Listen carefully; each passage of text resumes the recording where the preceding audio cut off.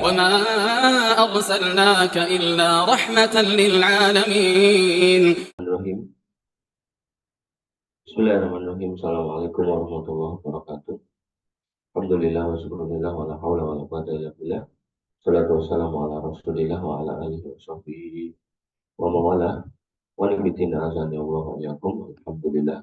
Syukur kehadirat Allah subhanahu wa ta'ala yang masih memberikan nikmat kepada kita sehingga kita bisa bertemu lagi melanjutkan perjuangan kita untuk mengenal agama ini. Mobil khusus materi yang akan kita bawa atau kita sampaikan adalah terkait dengan bulan Dzulhijjah dan segala macam ibadah di dalamnya.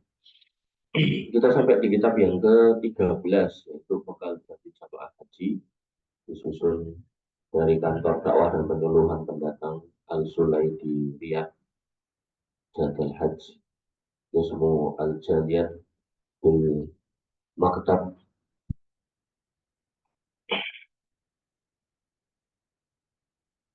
Pendahuluan atau pengantar jamaah haji yang budiman. Assalamualaikum warahmatullahi wabarakatuh.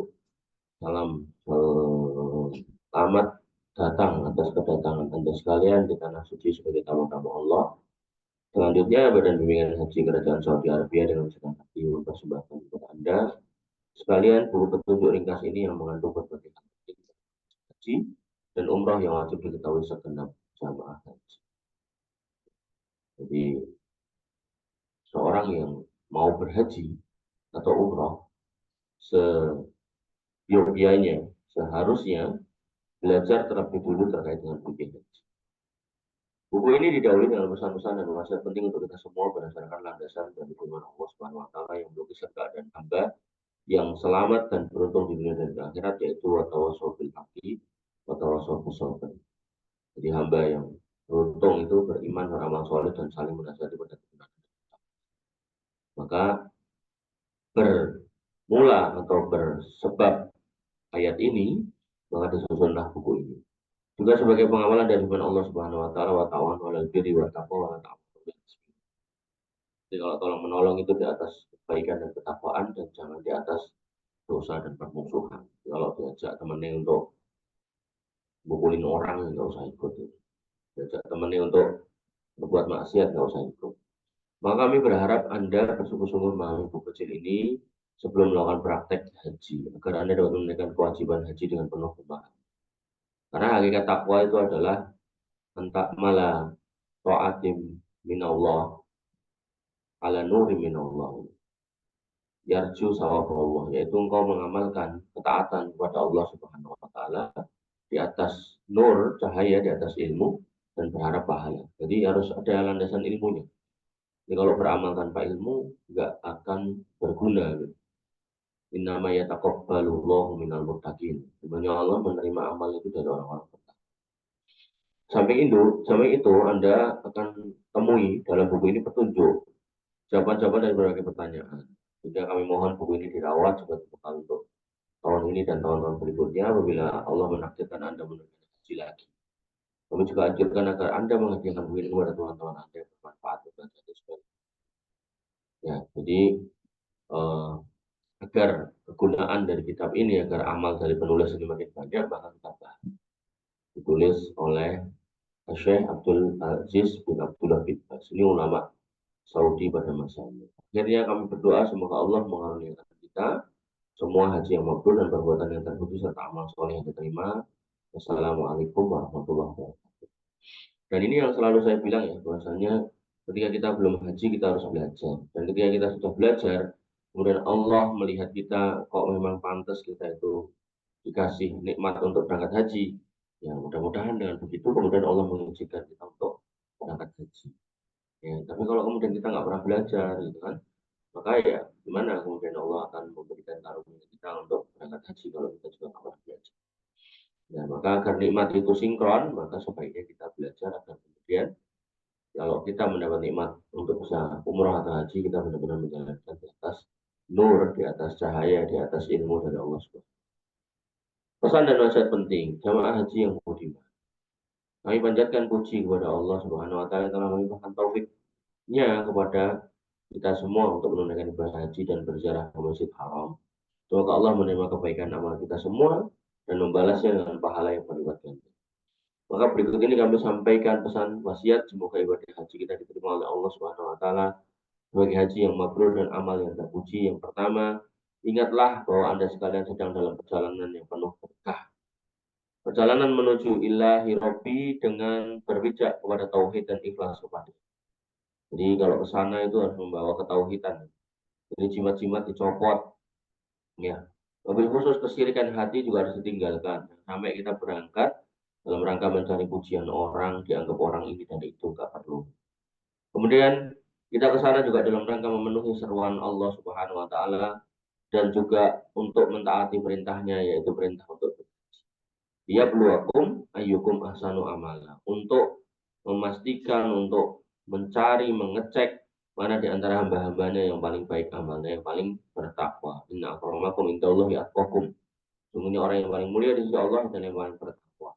Jadi kalau ada perintah hendak mangkat, kalau ada larangan menjauh, orang-orang yang bersegera di situ yusari'una fil khairat, buru-buru dalam kebaikan, inilah orang-orang yang baik, orang-orang yang beriman. Ketika tiada amal yang paling besar pahalanya selain amal-amal yang dilaksanakan atas dasar tersebut, dan haji yang mabrur balasannya adalah surga. Al-hajjul mabrur laisa lahul jaza illal jannah. Jadi kalau kemudian kita berangkat dengan membawa tauhid, bahwa keimanan yang tulus, kemudian ketakwaan, menjalankan dengan ilmu, maka insya Allah haji kita. Yang kedua, hendaklah kalian waspada dari tipu daya setan, karena dia adalah musuh yang selalu mengintai Anda. Maka dari itu, hendaklah Anda saling mencintai dalam naungan rahmat ilahi dan menghindari pertikaian dan kedurhakaan kepadanya. Ingat, Nabi SAW bersabda, la yu'minu ahadukum hatta yuhibba li akhihi ma yuhibbu li nafsi. Ya, tidak sempurna iman seorang di antara kita kalau kemudian tidak bisa mencintai saudaranya bagaimana dia mencintai. Artinya kita di sana nanti akan berkumpul tuh orang dari berbagai belahan dunia, berbagai ras, berbagai bentuk fisik, warna kulit dan seterusnya. Maka kita harus paham kalau semua adalah orang yang beriman dan kita harus menghargai. Ya, tapi kalau yang dibawa adalah permusuhan atau ikut singgol dikit itu kita minta maaf akhirnya berantem akhirnya sana terjadi kerusuhan, maka itu adalah sebuah bencana. Ya, sehingga orang-orang yang berangkat haji harusnya menata hati, jangan sampai nuruti emosi kemudian malah terjadi hal-hal yang tidak diinginkan di sana. Nauzubillah summa nauzubillah. Yang ketiga, bertanyalah kepada para ulama tentang masalah-masalah agama dan ibadah haji yang kurang jelas bagi Anda. Hingga Anda mengerti karena Allah Subhanahu wa taala berfirman, "Fas'alu ahla dzikri kuntum la ta'lamun." Maka ketika sampai sana kamu nggak paham, cari orang yang tahu. Pak, ini gimana hukumnya? Mas, ini gimana hukumnya? Gitu. Rasulullah SAW juga bersabda, "Mayyuridillahu bi khairan yufaqihu fiddin." Tanda Allah menghendaki seorang itu baik akan diberikan kepahaman terkait dengan agama.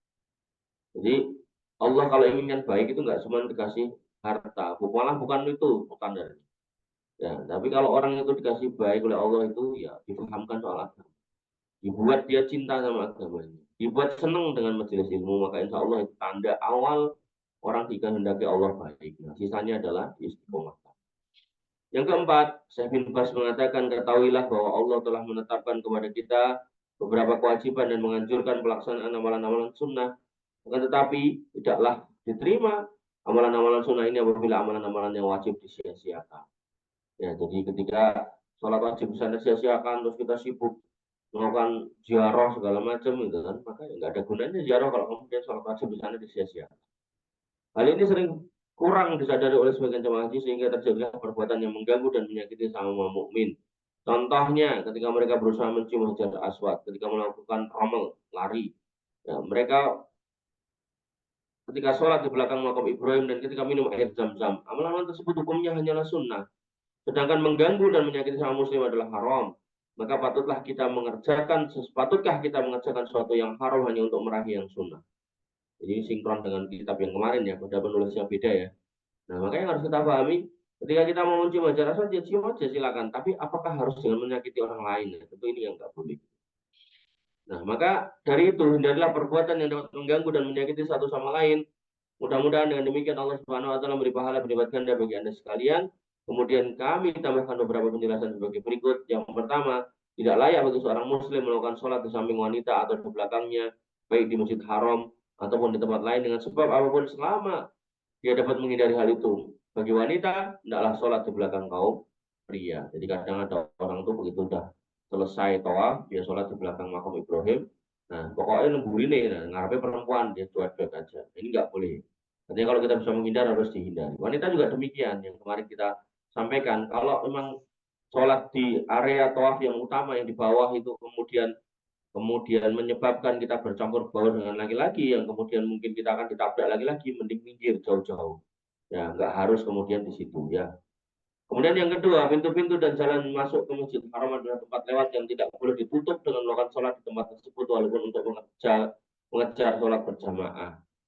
Jadi yang namanya pintu itu akses orang. Ketika ada akses orang itu hak orang. Ketika hak orang banyak, kemudian kamu sholat di situ walaupun wajib itu tidak diperbolehkan. Ya, jalan juga nggak boleh digunakan untuk sholat. Saya pernah mengalami apa malam ganjil Ramadan 10 hari yang terakhir. Itu saya udah dapat soft yang baik, kemudian ya namanya pengen ke belakang lah saya. Balik udah dipakai orang. Kemudian muter hampir semua sisi Masjid Haram itu penuh semua. Sampai akhirnya ada orang mendirikan sholat di jalan. Kemudian ya saya ikut dong. Ada orang yang sholat di situ dan jumlahnya banyak. Sama tentaranya diusir. Apa? Kalimatnya saya lupa. Tapi bahasanya terakhir dia bilang, mafi sulahina, mafi sulahina. Ya. Gak ada sholat di sini, gak ada sholat ini. Ada sari ini jalan. Diusir itu. Padahal orang sholat. Dan kita sebagai orang Indonesia nggak usah baperan. Oh, terus lesu, tentara itu lagi sholat atau diusir. Tidak, karena kita sedang mengganggu jalan orang lain. Nah, ketika sholat wajib aja, ya, menurut Syekh bin Bas, itu tidak boleh dikerjakan di atas jalan umum. Pertanyaannya sekarang, di Indonesia kamu buka warung, nutup jalan umum, gimana itu? Pikir sendiri. Mudah-mudahan kamu mendapat tahu untuk bisa jawab dengan baik. Yang ketiga, tidak boleh duduk dan sholat di dekat Ka'bah atau berdiam diri di Hijr Ismail atau Makam Ibrahim, sebab hal itu dapat mengganggu orang yang sedang melakukan tawaf. Jadi kemudian termasuk jalan-jalan yang memang digunakan untuk ibadah utama, kita nggak boleh berdiri berhenti di situ, terus saja jalan. Apabila di saat penuh sesak karena yang demikian itu dapat membahayakan dan mengganggu orang lain. Sekali lagi, ya mengejar keutamaan ibadah tidak boleh didahulukan dari mengganggu orang lain. Artinya kita harus kemudian mencegah diri kita dari mengganggu orang lain, baru kemudian kita mengejar keutamaan ibadah. Yang keempat, mencium hajar aswad hukumnya sunnah, sedangkan menghormati sama muslim wajib. Maka janganlah mengesampingkan yang wajib hanya semata-mata mengejar yang sunnah. Jika dikala penuh sesak, cukuplah Anda berisyarat dengan tangan ke arah hajar aswad sambil bertakbir, lalu terus berlalu bersama dengan orang-orang yang melakukan tawaf, nggak usah berusaha ke sana. Seusai Anda melakukan tawaf, janganlah keluar dengan menerobos barisan, tetapi ikutilah arus barisan tersebut hingga Anda dapat keluar dari tempat tawaf dengan tenang. Ada orang yang itu kan baru mutar gitu, tiba-tiba dia motong seret gitu kan. Nah, akhirnya nabrak-nabrak. Harusnya yang muter lagi kayak obat nyamuk gitu loh, tapi mengarah keluar sampai akhirnya benar-benar bisa keluar. Itu cara yang bagus. Nah, kemudian yang kelima, mencium rukun yamani tidak termasuk sunnah. Cukuplah Anda mengusapnya dengan tangan kanan apabila tidak penuh sesak seraya mengucapkan bismillah, Allahu Akbar. Akhirnya kami berpesan kepada segenap kaum muslimin agar selalu berpegang teguh dengan Al-Quran dan Sunnah. Bagaimana firman Allah Subhanahu wa taala, wa atiullah wa rasul la'allakum turhamun. Dan taatlah kamu sekalian kepada Allah dan Rasulnya supaya kamu dikaruniai Allah Subhanahu wa taala. Wanifidin azani Allah wa iyyakum. Kita masuk di bab berikutnya, yaitu petunjuk ibadah haji dan umroh. Saudaraku yang beriman, pelaksanaan haji ada 3 cara, yaitu yang pertama tamatuk, kiron, dan ifrat. Tamatuk, yaitu berihram untuk umroh pada bulan-bulan haji, Syawal, Dzulqa'dah, dan 10 hari pertama bulan Dzulhijjah. Umrohnya diselesaikan pada waktu tersebut, kemudian berihram untuk haji dari Mekah atau sekitarnya pada hari Tarwiyah, yaitu tanggal 8 Dzulhijjah, pada tahun umrohnya tersebut. Gampangnya, apa yang dilakukan oleh jamaah haji Indonesia itu umumnya adalah tamattu ini. Jadi begitu datang, dia kemudian ihram untuk umroh, baru kemudian selesai tahallul, santai-santai, ya tetap ibadah rutin, baca Quran segala macam, pokoknya ibadah lah gitu. Nah, baru nanti ketika pada hari Tarwiyah tanggal 8-nya mereka ihram lagi untuk haji. Nah, itu yang tamattu. Yang qiron yaitu berihram untuk umrah dan haji sekaligus, jadi satu kali. Dan terus berihram tidak tahalul kecuali pada hari nahar tanggal 10, atau berihram untuk umrah terlebih dahulu kemudian sebelum melakukan tawaf umrah melaksanakan niat haji. Jadi ini qiron. Kemudian yang ifrad, ya, berihram untuk haji dari mikot atau dari Mekah jika ia penduduk Mekah, atau dari tempat lain di daerah mikot, baik yang tinggal setelah wilayah mikot, kemudian dia tetap dalam keadaan ihramnya sampai hari nahar, selanjutnya melakukan tawaf, sa'i, mencukur rambut dan bertahalul. Ya. Ibadah haji yang lebih utama adalah ibadah di tamattu, karena Rasulullah memerintahkan hal itu dan menekankannya kepada para sahabat. Maka berikut ini kami jelaskan pelaksanaan haji tamattu dengan menjelaskan terlebih dahulu pelaksanaan umrah. Jadi karena tamattu itu umrah dulu baru haji, maka dijelaskanlah oleh Syekh bin Bas urutannya, yaitu kita belajar umrah dulu. Yang pertama, apabila Anda telah sampai di mikot, mikot itu tempat untuk berihram, maka mandilah dan pakailah wangi-wangian di tubuh Anda jika hal itu memungkinkan. Mandi pakai parfum. Kemudian bagi laki-laki, ya, kenakan pakaian ihram, sarung dan selendang. Sarung ke bawah, selendang atas. Lebih utama berwarna putih, tapi nggak harus putih. Ya, kemarin di kitab-kitab yang lalu ada yang pakai warna hijau. Sedangkan wanita boleh menggunakan pakaian yang ia sukai asal tidak menampakkan perhiasan. Ya, jadi mas-masane copot. Setelah itu berniat ihram untuk umrah seraya mengucapkan labbaika umratan labbaika Allahumma labbaik labbaika la syarika laka labbaik innal hamda wa ni'mata laka wal mulk la syarika lak. Kusambut panggilanmu ya Allah untuk melaksanakan umrah, labbaika umratan. Kemudian kusambut panggilanmu ya Allah, kusambut panggilanmu, tiada sekutu bagimu, kusambut panggilanmu. Sesungguhnya segala puji, nikmat dan kerajaan adalah milikmu, tiada sekutu bagimu. Maka bagi kaum wanita hendaknya mengucapkan talbiyah ini dengan bagi kaum pria hendaknya mengucapkan talbiyah ini dengan suara keras. Sedangkan wanita hendaknya mengucapkan dengan suara pelan. Kemarin kita udah bahas. Makanya apa yang kamu lihat di Instagram atau di YouTube gitu kan, bagaimana jamaah Indonesia kumpul laki-laki dan perempuan dipimpin satu orang pada teriak-teriak, itu kurang tepat gitu. Ya, jadi harusnya yang perempuan nggak usah ikut teriak-teriak, biarkan yang laki-laki aja. Ya malah oh solawat jalan waton gitu kan, apa meneh gitu kan. Nah, maka ini kurang tepat ya. Jadi ketika kalian ikut ormas-ormas tertentu ya itu pilihan kalian, silakan. Tapi ketika konteksnya ini adalah ibadah, maka jangan sampai gitu loh, taksub kita pada ormas itu kemudian melupakan tata cara yang benar, ya.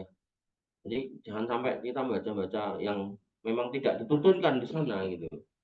Makanya Nabi mengingatkan, khudu ani manasikakum. Kalau kamu mau manasik haji atau umroh, ikutilah apa yang tak contohkan itu. Jangan kemudian gawe-gawe dewi gitu. Kemudian perbanyaklah membaca talbiyah, dzikir, istighfar, serta menganjurkan berbuat baik dan mencegah kemungkaran. Loh, enggak ada. Gitu. Kemudian yang kedua, apabila Anda telah sampai di Mekah, maka lakukanlah tawaf di Ka'bah dalam keadaan suci dari atas kecil dan besar sebanyak 7 putaran. Ini kemarin, kemarin, wanita yang haid dan nifas tidak diperbolehkan. Laki-laki yang junub harus mandi janabah dulu. Mulai dari Hajar Aswad sambil bertalbiyah dan selesai di Hajar Aswad pula, bacalah zikir serta doa yang Anda kehendaki, khusus antara rukun Yamani dan Hajar Aswad. Sebaiknya Anda membaca Rabbana atina fid dunya hasanah fil akhirati hasanah wa qina adzab. Maka dalam tawaf kudung, ya disunahkan bagi orang laki-laki untuk menjadikan bagian tengah selendang ihramnya berada di pundak kiri. Jadi sendang ihramnya dibagi dua, terus diselambingke di pundak kiri, dan kemudian membiarkan pundak kanannya terbuka. Ini yang disebut dengan ittiba. Lalu dikembalikan seperti semula jika telah selesai tawaf sebelum sholat sunnah 2 rakaat. Juga disunahkan bagi laki-laki untuk melakukan romel, yaitu jalan cepat wanita hendak pada 3 putaran yang pertama. Kemudian ya setelah tawaf lakukanlah sholat 2 rakaat di belakang makam Ibrahim, walaupun agak jauh dari tempat tersebut jika memungkinkan. Jika tidak memungkinkan, lakukan di tempat lain di dalam masjid. Jadi makam Ibrahim bagian belakangnya. Mungkin kan di belakang pas silakan. Atau nggak apa-apa. Kok penuh semua, cari tempat lain nggak apa-apa ya. Jadi ini fatwa dari Syekh bin Bas, mufti Saudi Arabia pada zaman itu. Dia sudah meninggal. Yang ketiga, kemudian keluarlah menuju sofa dan naiklah ke atasnya. Sofa Marwah, berarti sofa dulu. Lalu menghadaplah ke Ka'bah, bacalah tahmid Ya, alhamdulillah serta takbir 3 kali, Allahu Akbar, Allahu Akbar, Allahu Akbar. Seraya mengangkat kedua tangan, ya, gini. Ya.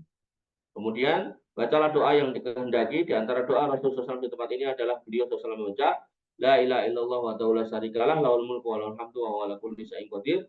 La ilaha illallah wahdah, anjaza wa'dah wa nasara abdah wa hazamal ahzaba wahdah. Kemudian ucapkanlah bacaan di atas 3 kali, yang ini tadi, ya, 3 kali. Lalu selingi dengan doa, namun tidak mengapa apabila Anda kurang dari itu. Kemudian turun dari sofa, lakukan sa'i umroh sebanyak 7 kali putaran di antara tanda hijau. Berjalanlah dengan cepat, sedangkan sebelum dan sesudah tanda tersebut berjalan seperti biasa. Jadi ada tanda hijau 2, di antara itu cepat. Nah, setelahnya alon. Pas mau balik lagi, alon, masuk di tanda hijau dan tanda hijau, cepat lagi. Dan ini kemarin kalau masih ingat, ini disunahkannya atau diusahakannya untuk laki-laki. Untuk perempuan jika nggak memungkinkan, ya maka santai aja nggak apa-apa. Kemudian naiklah ke atas marwah, lalu bacalah takbir dan tahmid 3 kali apabila mungkin sebagaimana yang Anda lakukan di sofa tadi. Dalam tawaf maupun sa'i tidak ada bacaan dzikir wajib khusus untuk itu, akan tapi dibolehkan bagi yang melakukan tawaf atau sa'i untuk baca dzikir dan doa atau bacaan Quran yang mudah baginya dengan mengucapkan bacaan-bacaan dzikir dan doa yang bersumber dari tuntunan Rasulullah SAW. Jadi silakan dzikir doa dari Nabi SAW.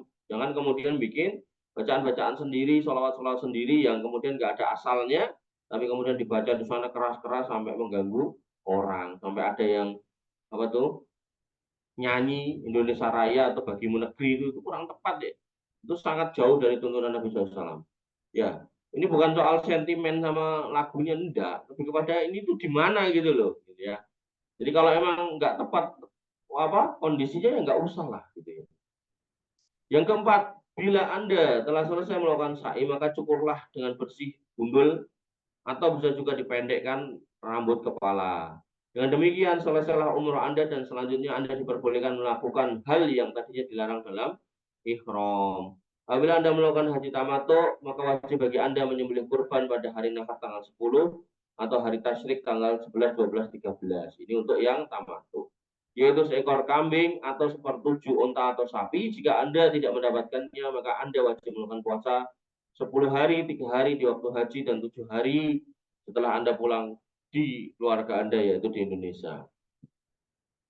Maka lebih utama Anda melakukan puasa 3 hari sebelum hari Arafah jika Anda melakukan haji tamattu atau qiron. Jadi tamattu atau qiron itu ada kewajiban 10 hari puasa kalau tidak bisa menemukan binatang kurban. Kemudian cara melaksanakan ibadah hajinya gimana? Di sini disebutkan bahwasanya jika Anda melakukan haji ifrat atau qiron, ya ifrat itu berarti haji dulu, qiron itu berarti haji sama umroh barengan, maka hendaklah Anda berihram dari mikot yang Anda lalui. Jika Anda tinggal di dalam daerah mikot, maka berihramlah menurut niat Anda dari tempat tersebut. Jika Anda melakukan haji tamattu, maka berihramlah dari tempat tinggal Anda pada hari tarwiyah, yaitu tanggal 8. Mandilah dan pakailah wangi-wangian di tubuh Anda lebih dulu sekiranya hal ini memungkinkan. Kemudian kenakanlah pakaian ihram, lalu berniatlah dengan membaca labaika hajan. Kalau tadi labaika umrotan. Labaik Allahumma labaik, labaik la syarika laka labaik, innal hamda wa ni'mata laka wa mulku la syarika lak. Jadi bedanya di depan ini. Kalau yang umroh labaika umrotan. Kalau ini labaika hajan. Kemudian keluarlah menuju Mina tanggal 8 Dzulhijjah, lakukanlah sholat duhur, asar, maghrib, isya, subuh di sana, di Mina. Dari Mekah, Mina sampai sana, duhur, asar, maghrib, isya, subuh. Dengan cara mengkosor sholat yang 4 menjadi 2 tanpa dijamak. Jadi kalau pas duhur ya sholat duhur 2, pas asar, sholat asar 2 gitu. Duhur, asar, isya menjadi 2 rakaat pada waktunya masing-masing dan tidak dijamak. Setelah itu bermalamlah di Mina, bermalam di Mina hingga terbit matahari. Kemudian yang ketiga, apabila matahari telah terbit pada tanggal 9 Dzulhijjahnya, jadi Arafah, ya, maka berangkatlah Anda menuju Arafah tanpa tergesa-gesa subuh itu. Dan hindarilah mengganggu sesama jamaah haji. Ora usah balapan, ora usah senggol-senggolan. Di Arafah lakukan telah sholat duhur dan asar dengan jamak takdim dan kosor. Jadi jamaknya di depan, ya duhur, waktu duhur itu dua-dua sama asar, kemudian dikosor. Kemudian tentang wukuf ini, Anda harus yakin bahwa Anda benar-benar berada di dalam batas Arafah. Jadi kalau Arafah itu ada pagernya, masuklah di dalam pagar, bukan di luar pagar. Perbanyaklah zikir dan doa di dalam Arafah, wilayah Arafah, sambil menghadap kiblat dan mengangkat kedua tangan. Menghadap kiblat, angkat dua tangan. Mencontoh apa yang dilakukan Rasul Shallallahu Alaihi Wasallam, dan padang Arafah seluruhnya merupakan tempat wukuf, dan hendaklah Anda tetap berada di sana hingga matahari terbenam. Jadi sampai masuk maghrib kita di situ. Kemudian yang keempat, apabila matahari telah terbenam, maka berangkatlah menuju Musdalifah dengan tenang sambil membaca talbiyah, labaik Allahumma labaik, labaik la syarika laka labaik, innal hamda wa ni'mata laka wal mulk la syarika lak. Hindarilah mengganggu sama muslim. Sesampainya di Musdalifah, lakukanlah sholat maghrib dan isya dengan jamak dan qashar. Hendaklah Anda bermalam di sana di Musdalifah hingga Anda melakukan sholat subuh sampai subuh.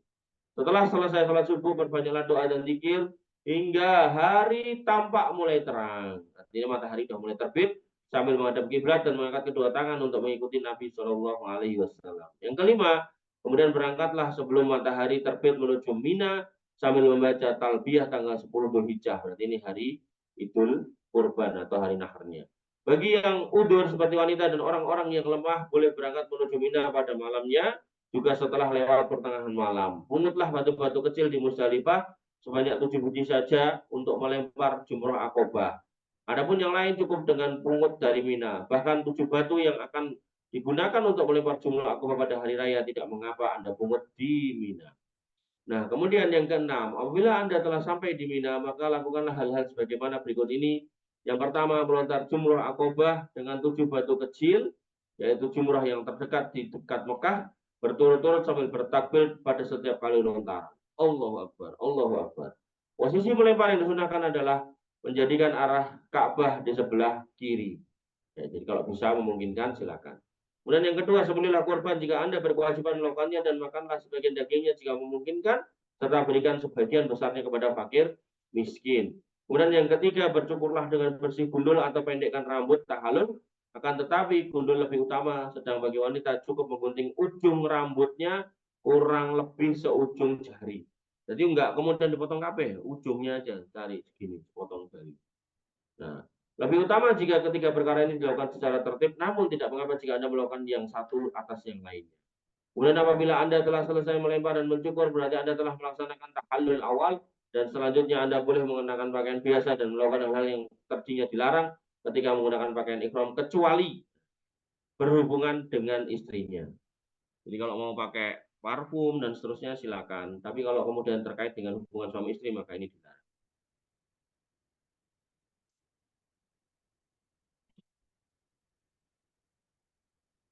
Kemudian yang ketujuh, berangkatlah menuju Mekah dan melakukan tawaf ifadah. Setelah itu laksanakan sa'i jika Anda melakukan tahji tamato. Ya, tawaf ifadah disebut juga sebagai tawaf haji karena memang menjadi rukun haji yang tidak boleh ditinggalkan dan tidak boleh diganti dengan dam. Jadi nggak ada gantinya, itu harus dilakukan. Setelah itu lakukan sa'i jika Anda melakukan haji tamato, sedangkan bagi haji ifrad atau kiron, jika dia tidak melaksanakan sa'i setelah tawaf kudum yang lalu, maka dia tidak perlu sa'i lagi, karena sa'i tersebut sudah dianggap sa'i haji. Sedangkan jika belum melakukannya, maka sa'i tersebut harus dilakukan setelah tawaf ifadah. Setelah itu Anda dibolehkan mengadakan hubungan suami istri atau ketika sudah melakukan tahallul as-sani. Kemudian tawaf ifadah ini boleh diakhirkan pelaksanaannya hingga berlalunya hari-hari Mina, baru kemudian menuju Mekah setelah melempar jumrah. Yang kedelapan, setelah tawaf ibadah pada hari nahar, kembali lagi ke Mina, bermalam di sana pada hari tasyrik, yaitu 11, 12, 13. Jika Anda bermalam hanya 2 malam saja, maka nggak mengapa. Yang kesembilan, lempar jumroh yang ketiga selama Anda menetap 2 hari atau 3 hari di Mina setelah matahari tergelincir, yaitu setelah masuk waktu zuhur. Kemudian Anda mulai dari jumroh ula, yaitu yang jaraknya paling jauh dari Mekah, kemudian jumroh wusta tengah, dan kemudian jumroh akobah. Setiap jumroh dilempar dengan 7 batu kecil secara berturut-turut sambil bertakbir pada setiap kali lemparan. Jika Anda berniat menetap selama 2 hari saja, hendaklah Anda meninggalkan Mina sebelum matahari terbenam pada hari kedua, di hari kedua, yaitu nafar awal. Dan jika ternyata matahari telah terbenam sebelum Anda keluar dari batas Mina, maka hendaklah Anda bermalam lagi pada malam hari ketiganya dan melempar jumroh pada hari ketiga, yaitu nafar sani. Lebih utama hendaknya Anda bermalam pada malam ketiga tersebut. Bagi Anda yang sakit atau yang lemah, maka boleh mewakilkan kepada orang lain untuk melempar jumroh. Bagi siapa yang mewakili orang lain adalah melempar untuk dirinya sendiri dulu, baru kemudian yang diwakili. Boleh dilaksanakan sekaligus dalam satu tempat jumroh. Dan ini nggak bisa diwakilkan kalau konteksnya wukuf. Wukuf orangnya juga harus ikut. Kemudian yang 10, apabila Anda hendak kembali ke kampung setelah menyelesaikan semua prosesi tadi, segala amalan haji, lakukanlah tawaf wada, yaitu tawaf perpisahan sebelum pulang, kecuali bagi wanita yang haid dan nifas. Baik, azani Allah wa iyyakum. Mungkin saya rasa kita cukupkan dulu untuk pagi hari ini sampai di bab tadi. Insya Allah kita lanjutkan besok di kewajiban-kewajiban bagi orang yang sedang ikut.